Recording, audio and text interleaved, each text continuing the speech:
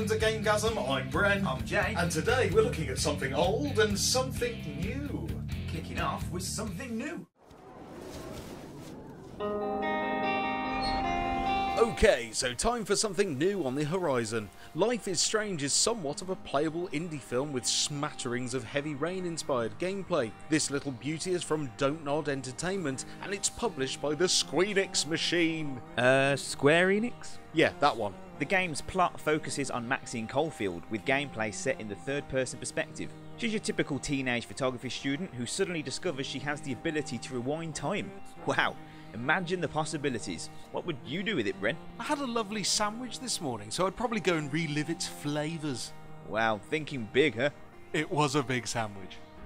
Yes. Well, the ability to rewind time in this instance lets you go back and redo any action potentially changing the outcome of future episodes. Visually, a really nice touch is that every texture you see in the game is hand-painted, giving the game a very unique and warm artistic glow. It feels fresh and has a look of quality about it not seen in many recent titles. The first episode is scheduled for release on January the 30th, and there is a bit of a problem here.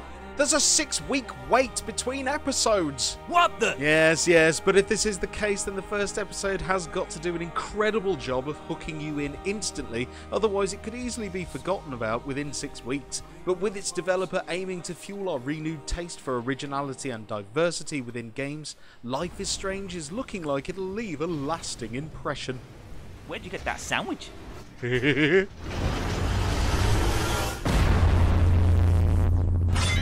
and that was Life is Strange. It's looking pretty interesting. Can't wait to check out the first episode. Yes, and now it's time for something old.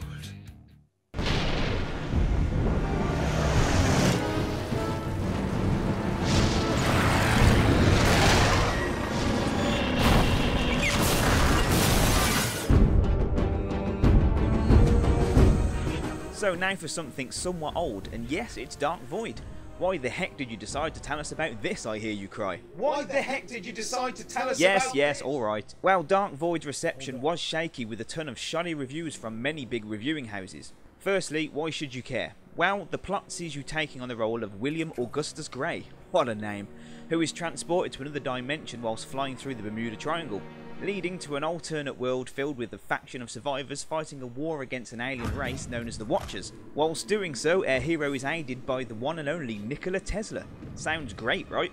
It does sound great, and it does have some fairly awesome gameplay mechanics and ideas that were wildly different and worked quite well together. Firstly, you had the vertical cover system, which offered a new perspective of the battlefield and cover shooting systems. Gears of War turned vertical, and shooting in general was heavily inspired by the Gears of War franchise. The weapons felt good to shoot too, raining the pain down on your cyborg enemies. They could also be upgraded by collecting these orange point spheres. Once you have enough, you can make the chosen weapon more powerful, have less recoil, and so on.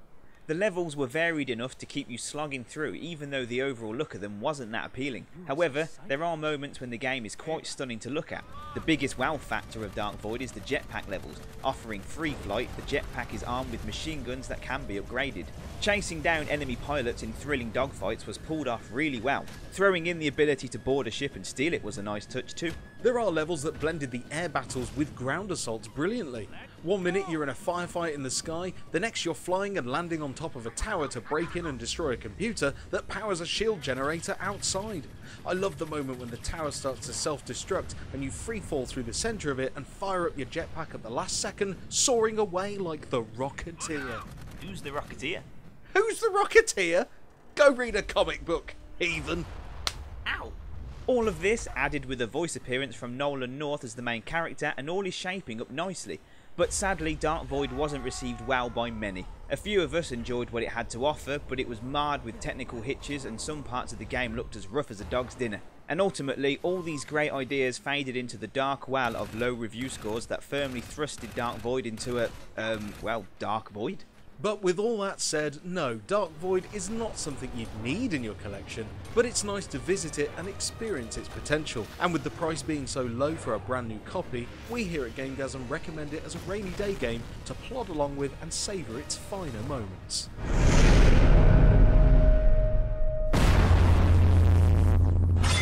And that was Dark Void! Amazing title, I think. Anyway. I loved it when I first played it. Really underlooked. Yeah, it was kind of like, I mean, I agree with kind of everything that the reviewers were saying. Like, it had tons of potential, but then it just felt like it was never really realised. Yeah, never executed properly. Yeah. Felt like another rushed out title, really. Yeah, which is a shame, because it was all there. It was all there. I mean, can you imagine if it had, like, I don't know, another 6 months development time to really fine-tune it? It would have really, really given it the world of good. I mean, I think they had... It seems to me, anyway, that the environments and level design was all designed from the perspective that you could fly through all of it. So all of it would look amazing from a distance, but when you're on foot, like roaming around those levels, some of it just looked a bit... Ugh. Yeah, you can really see the textures that they got lazy on, and it was really dark as well. We were doing a capture of it, and we had to actually like stop, and I needed to turn all the brightness all the way up because it was literally pitch black on the screen, wasn't it? Yeah. So, but apart from those technical hitches, I had fun with it. I did. Enjoyable. The story was pretty interesting. Yeah, and the flying ep bits were really cool. Yeah, dogfighting and stealing the ships and stuff. And obviously, like we put it on the hardest setting, and it's it's just the right level of challenge, and it just I don't think the technical downsides to it affected the gameplay, because the shooting mechanics work fine. Yeah, they're really good, but it was just I guess it was just a case of too much cool stuff and not really focused on anything, so it kind of let everything down.